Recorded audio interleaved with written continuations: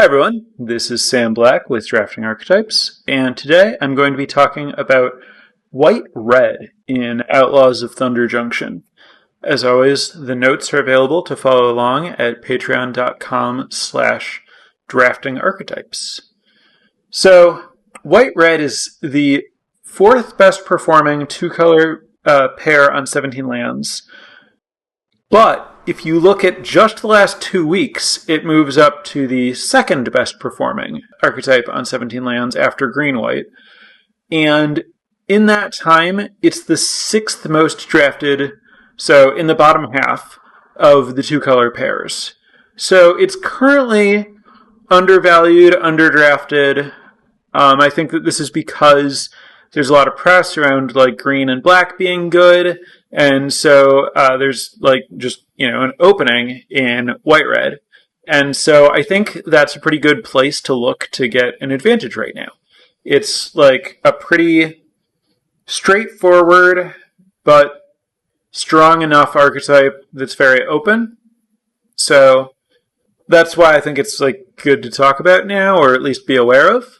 So I kind of started by looking at the recent trophy decks for white-red, and really I was struck by just how unimpressive they were. There's a lot of trophy decks that had, fewer rares than I'm used to seeing in trophy decks in this format. Not a lot of, premium uncommons. It was really just very normal-looking draft decks. A lot of commons and good curves. And it didn't seem like anything special was going on.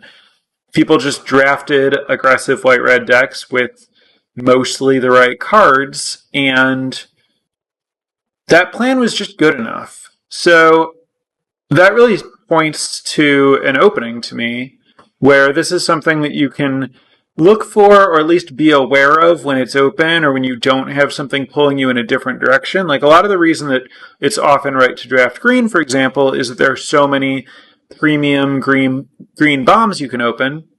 And then when you don't open one, at least to my thinking, you don't really want to be fighting over green with the people who did open them. So you want to look for a different lane. And I still like the kind of blue-black control space, but that's also not always open.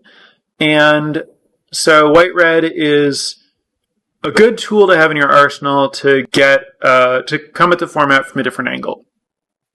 And the stats suggest that it's a pretty promising one. So you're basically looking for a very traditional aggro deck.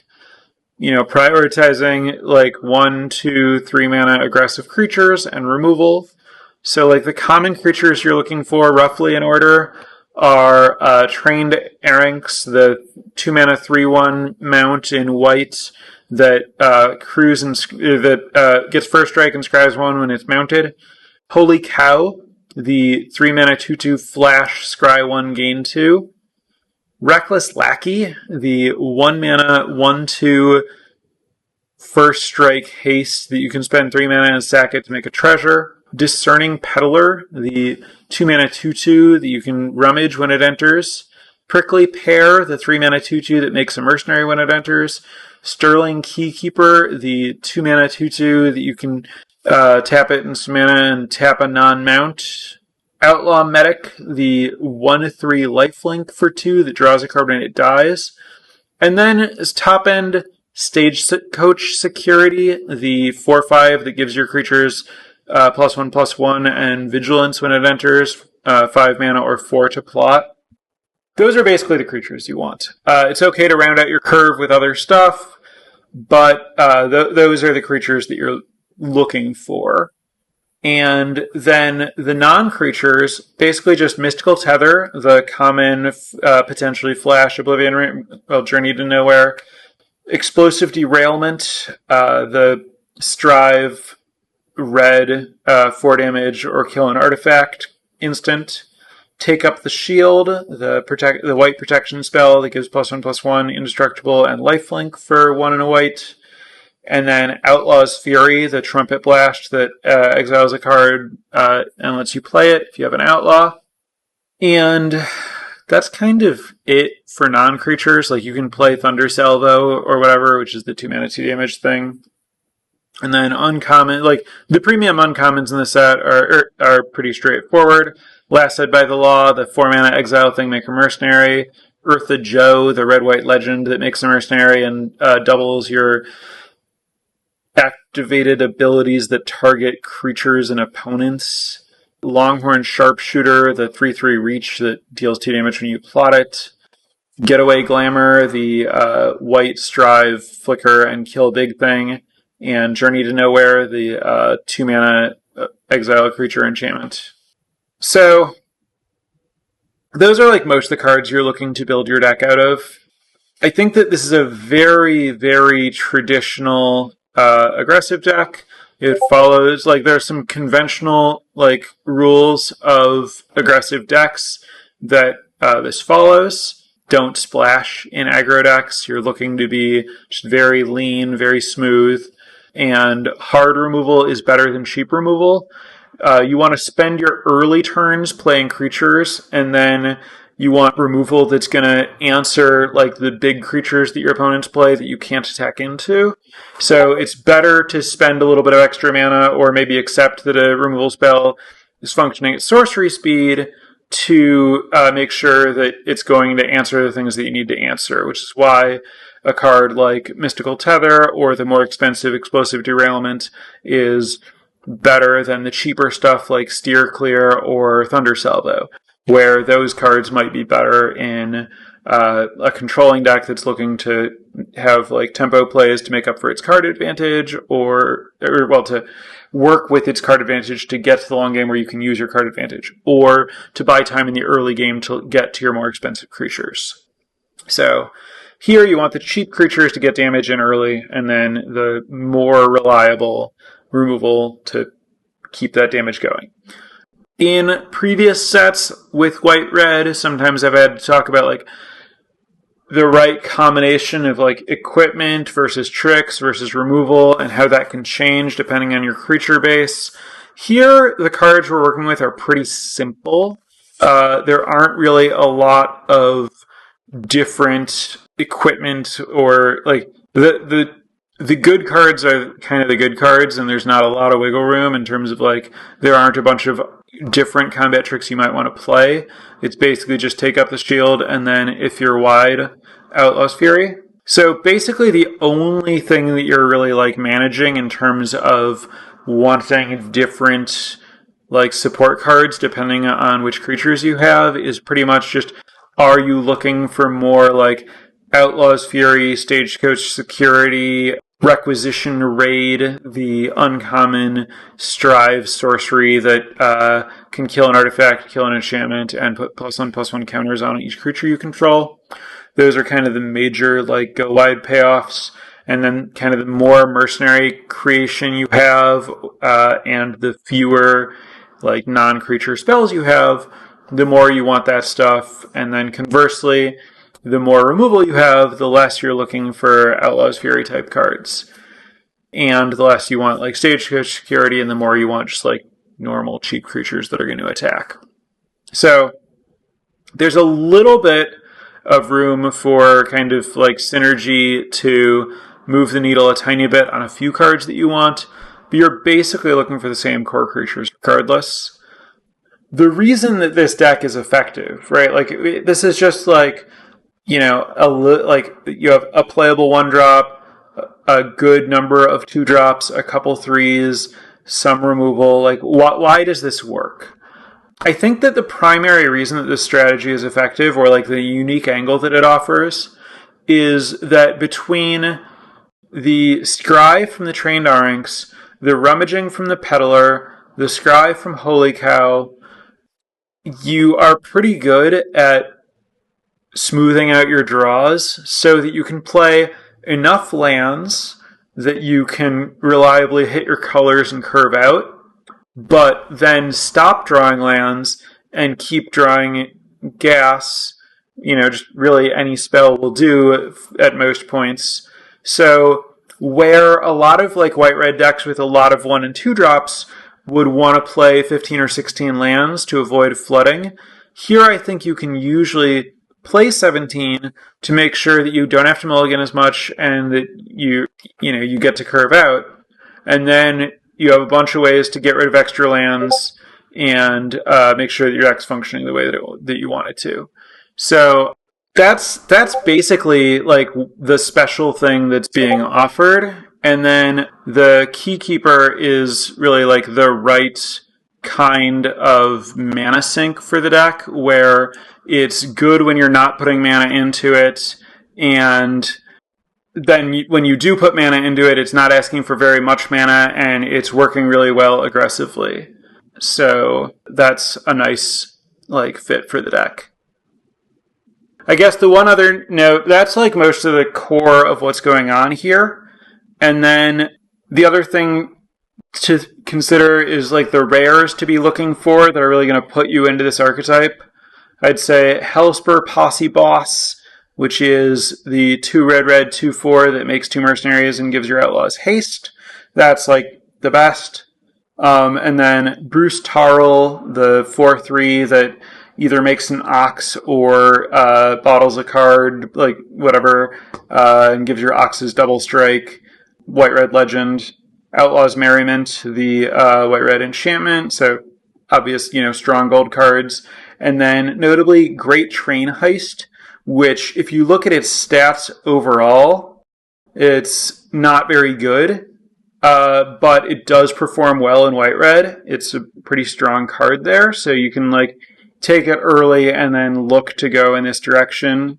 So those plus the good uncommons are, I think, what would, give you a particular reason to draft this outside of, other stuff not being open or just, the normal ways you'd navigate something. But, like, those are the rares to look for to, choose to pursue this direction early. And that's it. I don't anticipate a lot of discussion about this archetype because I do think it's remarkably straightforward. I would say more than anything, this is kind of just like a call to action to like be aware of this deck and try to draft it. And some of the like 2-drops that it wants, like the Discerning Peddler and Sterling Keykeeper, are pretty unassuming and go pretty late. Reckless Lackey is like not great in all decks, but I think it's pretty good here, especially if you're trying to go wide. Like the deck is really set up to take advantage of the extra like early creature and just like curving out, and also the first strike plays well with mercenaries. So I think there's some awareness about like which creatures to play, but mostly just like red white's like pretty well positioned right now. Don't I wouldn't advise prioritizing kind of the like more expensive flyers. I think you want to be looking for just the 2-drops and removal to get your pressure going. So that's it. Gonna turn it over to Twitch chat for questions. First, as always, I want to thank the newest patrons. So thank you, Alex, Metal Warrior, and Dan. Really appreciate the support. If anyone else is looking to support the program, get in on the assorted benefits, or just look at what those are, check out patreon.com/draftingarchetypes. So, the difference between Thunder Salvo and Explosive Derailment is only 2 damage and sometimes less. Is it really that significant? I mean, 2 and 4 is a pretty big difference in terms of which creatures you can kill, and notably, like, at 2 or 3, your creatures can just trade for their creatures. So, like, you don't need to use a removal spell on a 2 or 3 toughness creature. Whereas, like, a 4 toughness creature can stop your entire team from attacking. Which is why, the 4 is significant. And then also, like, the ability to, like, 2-for-1 with Salvo. Like, I think Derailment is just generally a better card. And then it's, like, more better in this deck. I also don't think you're very likely to be able to cast multiple spells because you're not plotting a lot and you don't really want to like hold your creature to 2-spell with it. So, like I said, I think Thunder Salvo can work, but I want it less than the other ones. Since this deck is an aggro deck, do you value Thunder Lasso a lot more? No. It's an acceptable card, I think, but you're not really invested in crimes. Like, it's, I think fine equipment, but not a priority in any way. Did I talk about what third color goes best with white-red? Yeah, more white and red cards. Don't splash in your aggro decks. If there's like a suitable bomb that like fits pretty well, sure. But like for the most part, I think that like if you're looking to be Naya or something, like you're in a different, like it's a different archetype. The like green splash white red or like a slower deck with more colors can be good, but it's very, very different than like the white red deck that I'm talking about here. Seeing some Jeskai going with the best white red cards. Again, yes. The strong white and red cards can play in other decks. Like it's not like you can only put Eartha Joe in like a mono white red aggro deck. But if you are drafting like the archetype that I'm talking about, like, just good curve of white red creatures and removal, there's very, very little you'd want to splash for. Should white-red not look to play deserts then, as they come into play tapped as a big hindrance? Well, I definitely think you want the dual land desert. Like, most decks, even aggro decks, want dual lands. There aren't that many one-drops you can play. The one extra damage does matter in aggro decks. I don't think you want to, draft half-on-color deserts highly. I think they're fine. It kind of depends on if you have anything that cares about crimes. I'm honestly not sure whether, playing an off-color desert, if you don't have any crime stuff in your white-red deck, is going to increase or decrease your win rate. I don't know that for sure. How's Rustler Rampage in white-red? Stats suggest bad. I don't think you have, that's the card that gives double strike and untaps your creatures. I don't have, I think that you're unlikely to have a big enough creature to want to play it. It seems like a very bad fit. I think you should almost never put Rustler Rampage in a white-red deck. As opposed to splashing, are there other colors you can sub in for this aggro strategy reasonably? Like if you think you're white-red, but one of them completely dries up. So how do you pivot out of white-red is how I'm interpreting this question. So, I think that, of course you can pivot into green-white if, somehow green is more open than red and you don't discover that right away. Or if, you start with a white card and then at some point you see, a good red... It's unlikely the way that this format is and what's popular that you're going to discover that red is cut and green is open. But if you do discover that, certainly, all the same white cards that are good with white-red are going to work pretty well in white-green.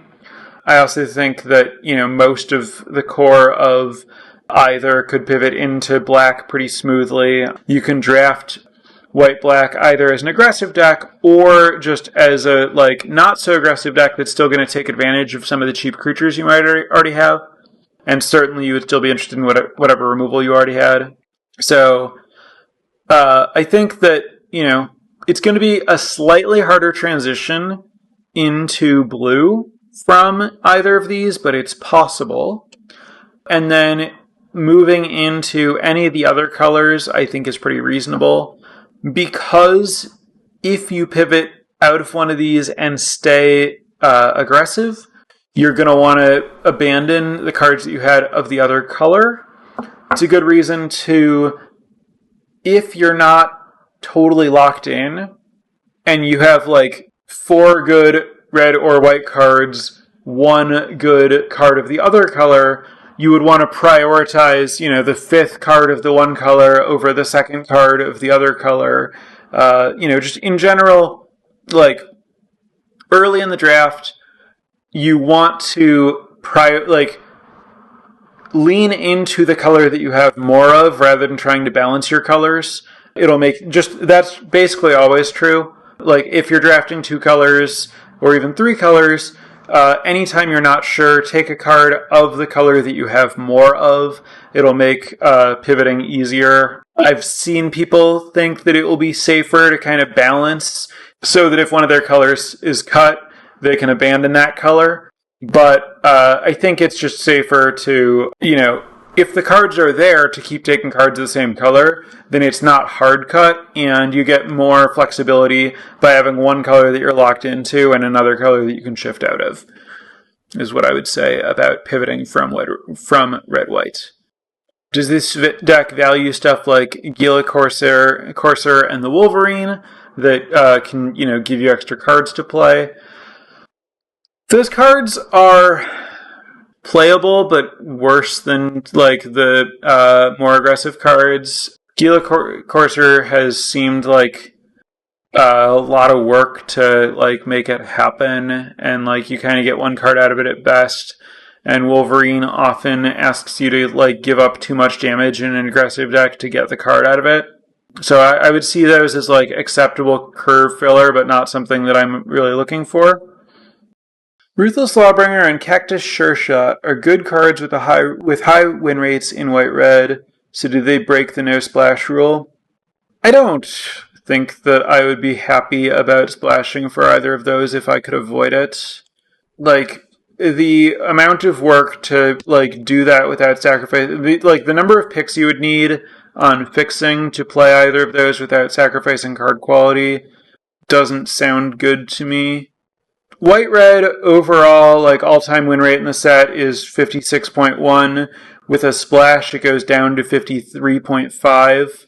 As far as those cards specifically, I'm guessing that they're going to have higher game in hand win rates in white-red than they do. I'm guessing that relative to other cards, they're going to suffer in game played win rate, which is to say the deck will perform worse even if the card performs well. Anyway, no. I don't think either of those are worth splashing, basically. If things are going really badly and you don't have playables, but I would not... I wouldn't take either of them over a white or red card, and if I had them, I wouldn't look for lands to be able to splash them. I really think that you want to be two-color. You're not looking to splash, okay uncommons. If you're going to splash, it should be, something like Hostile Investigator or whatever. Something really good. Is there another approach to Boros that's more focused on value rather than aggression?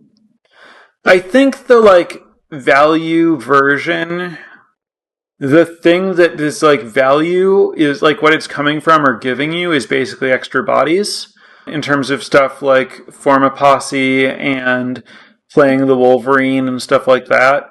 And the thing that having that stuff is going to make you want to do and reward you for is the Outlaw's Fury, go wide type stuff. So rather than saying there's a totally different approach, I would say you could have more value in the form of more token generation, and that would want more go-wide payoffs. You could go a little bit bigger, higher up the curve with more Stagecoach securities. The other direction is maybe you just have, more removal, in which case the go-wide payoffs aren't going to be helpful. And then, if you had some kind of, top-end... the 4/7 uncommon mount, or the 6-mana one, or the rare red mount Calamity. Maybe more removal lets you play one of those and have a little bit better late game.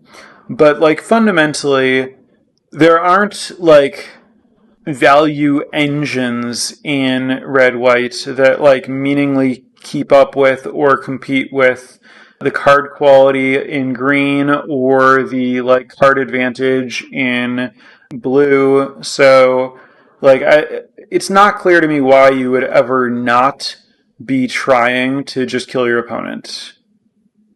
How important is the Lackey in Boros if you're not splashing or have expensive drops?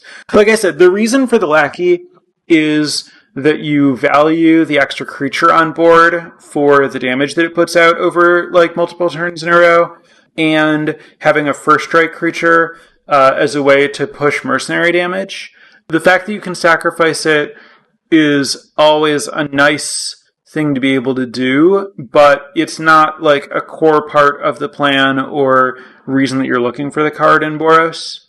So I would say, that's just like not the draw. You're here for the curve and the 1 per striking power. So it's going to perform the way that it performs, regardless of like whether you have something to use the treasure on. Form a posse is like a reasonable thing to do in terms of like what happens when you have a lot of mana and what do you use this like treasure on if you end up sacrificing some lackeys, because it's like a reasonable card at like 4 or 5 mana that can like then be really good late, especially if you have like Eartha Joe or other synergies or like go wide payoffs. Do cards like Prairie Dog go down in priority in Boros? Prairie Dog is not a premium uncommon in Boros. Go down is difficult to address because that involves just presuming your baseline, but it's like a fine 2-drop, but it's not like, appreciably better than the common 2-drops. In fact, per the stats, it has a lower win rate than Discerning Peddler and Outlaw Medic, which I don't think means that it's worse. I think that it means that a higher pick is being spent on it, but it does show that it's not like exceptional here. All right. I think that's going to cover it. So thanks for listening, and I'll be back next week. Obviously, I was away last week. That's unusual. I intend to be here regularly, as always, moving forward. So have a good week, and I'll see you next week. Bye. Prepare for light speed.